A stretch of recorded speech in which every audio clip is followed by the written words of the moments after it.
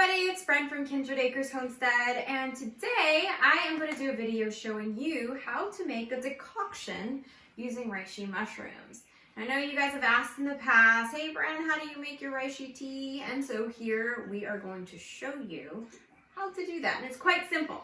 So there's a couple different methods of doing this, but today what we're going to do is the slow cook method, and let's get into that.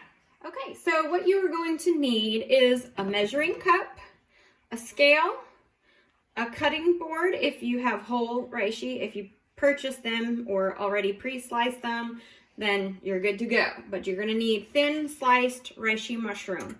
Now there are different variety or species of reishi mushrooms, and each of them have different properties. Some are more medicinal than others, some are more potent, I should say, than others. And of course, then we can get into the debate of whether it's wild harvested or if it's cultivated and what it's cultivated on, all of that good jazz. Honestly, I think no matter what, just getting started and using any of the medicinal reishi mushrooms is an excellent start. If you want to learn more about the benefits and the differences between the reishi mushrooms, that's something I definitely advise looking into. Today, we're going to go ahead, we're using the sliced, these are pre-dried and sliced reishi mushrooms. And we've got our slow cooker. So you need at least a 2-quart. This is larger, so we're good to go. And so basically it's for every liter or quart of water, it's going to be 10 grams of dried reishi. And I just grabbed a handful. Let's take a look if I am accurate. It doesn't have to be precise. It doesn't have to be precise. Ooh, I was on the money. It doesn't have to be exact. I mean, close enough is good. So I have 2 quarts of water in my slow cooker.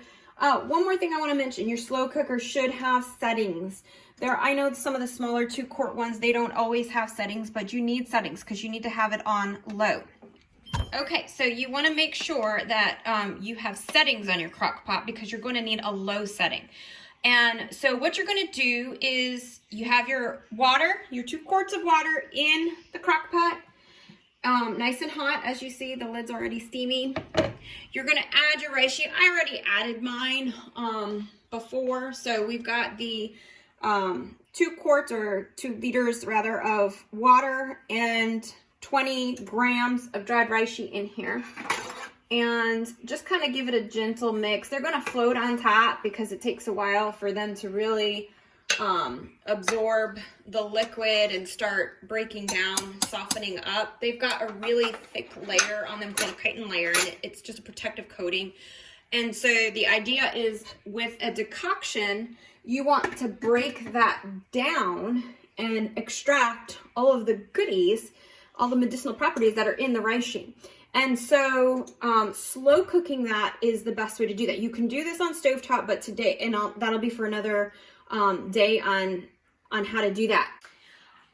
So as I was saying, the chitin layer that's on the reishi is a protective layer, and all the medicinal properties are hidden deep inside the pores of this mushroom, and in order to get to it, you have to break it down and soften it.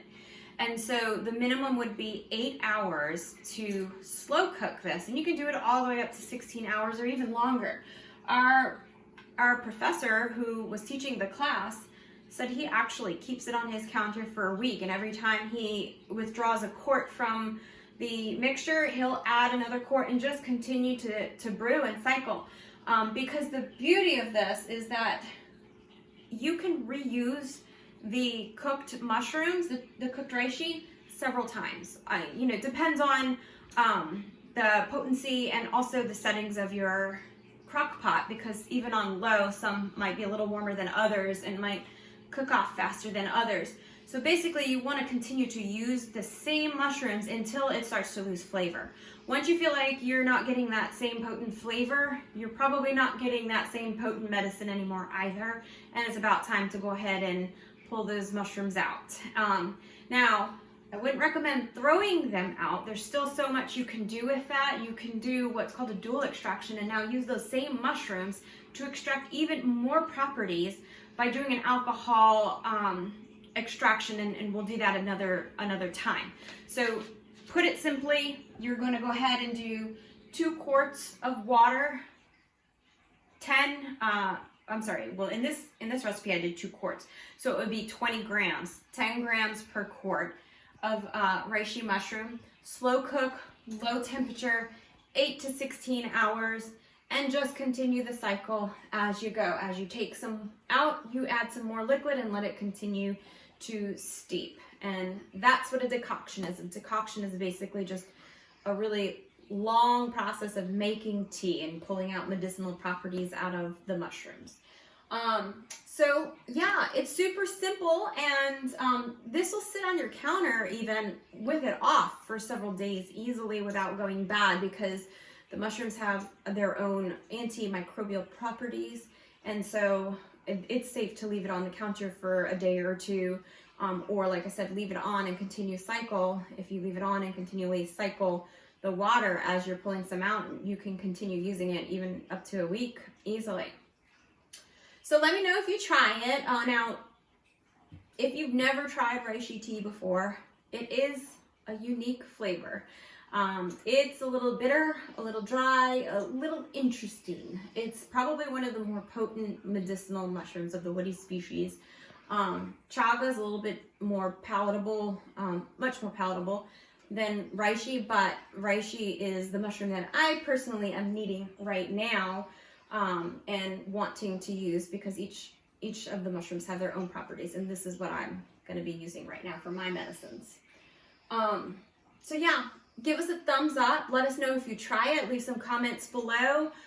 You can sweeten it with stevia, by the way, to help with the taste, or you can even add it to other herbal teas. You can throw other herbs into your pot and just kind of change up the flavor, and even adding more qualities to it. But yeah, so I think that's it. If you have any questions, let us know. Like, subscribe, leave us some comments below, and hey, your love and support definitely helps our homestead. So if you look in the description below, there's some links for you that you can use to help support our homestead by either checking out our Facebook page, giving us some thumbs up, and subscribing to our YouTube channel.